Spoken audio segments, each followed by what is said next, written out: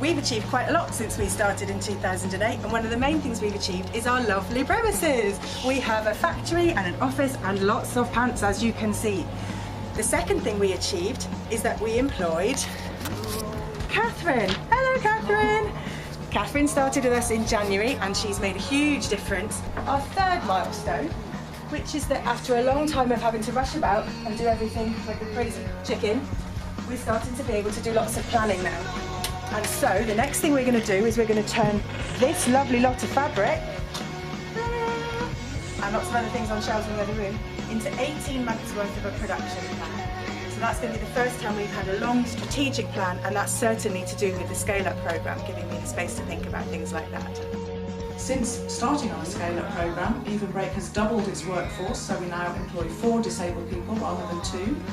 We have attracted numerous, over 200 employers who are keen to work with us, employers like BBC, Ernst & Young, Network Rail, John Lewis, and many, many more.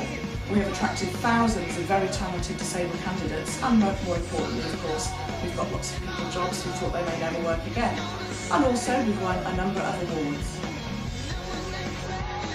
What I've learned and how our social enterprise has developed over the last 12 months has been absolutely unbelievable. That's due to the quality of the people, the cohort of people who've attended the course, the managers, the facilitators. I've learned so much. Our operating systems are now totally unrecognisable, and we have a much more robust system, and I feel that now we are genuinely ready to move forward and scale up. When we first incorporated, we were extremely grateful of office space provided by Spen Valley Sports College. We had 32 square feet, but it quickly became apparent that we needed to upscale as we started to employ more and more sports coaches and ask them to work efficiently. However, a short while ago we made an unbelievable offer by the Chief Executive of the Third Stadium Development Group, which owns the Johnston Stadium, and we invited Leicester Sport to share offices down here, like what we've done, and like the social impact and so on, the work for the partnership.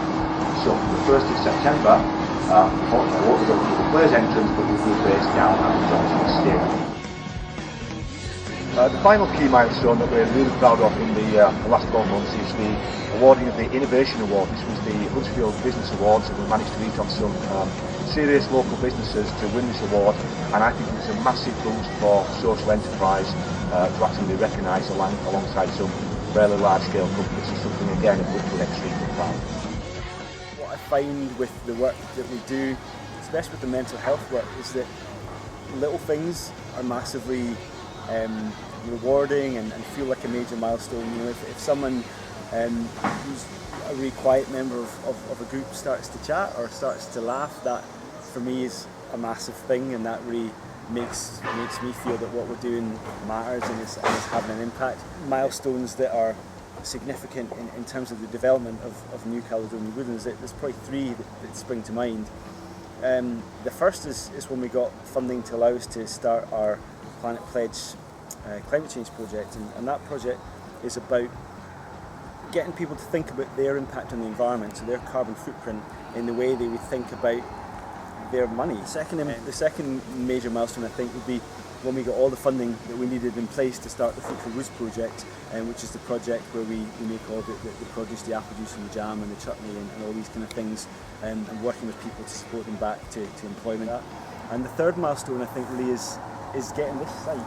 And I find when I look at this site through other people's eyes, it looks kind of derelict and kind of brown and kind of empty. But when I look at it, I think I see something else. I see what it's going to be over the next few years, and there's been some changes already, but over the next 2 or 3 years, I think the site's going to transform. 3 milestones that I've accomplished with the support of the whole Building Lives team, of course, since embarking on the SSE Lloyds Banking Group programme have been: 1, to secure some funding. We've managed to write some bids and get some funding from DWP and other sources. 2, we've been able to secure a bank loan, which is really helping in terms of us scaling up our project and being able to open more academies. And another milestone has been opening another 4 academies since starting on the programme.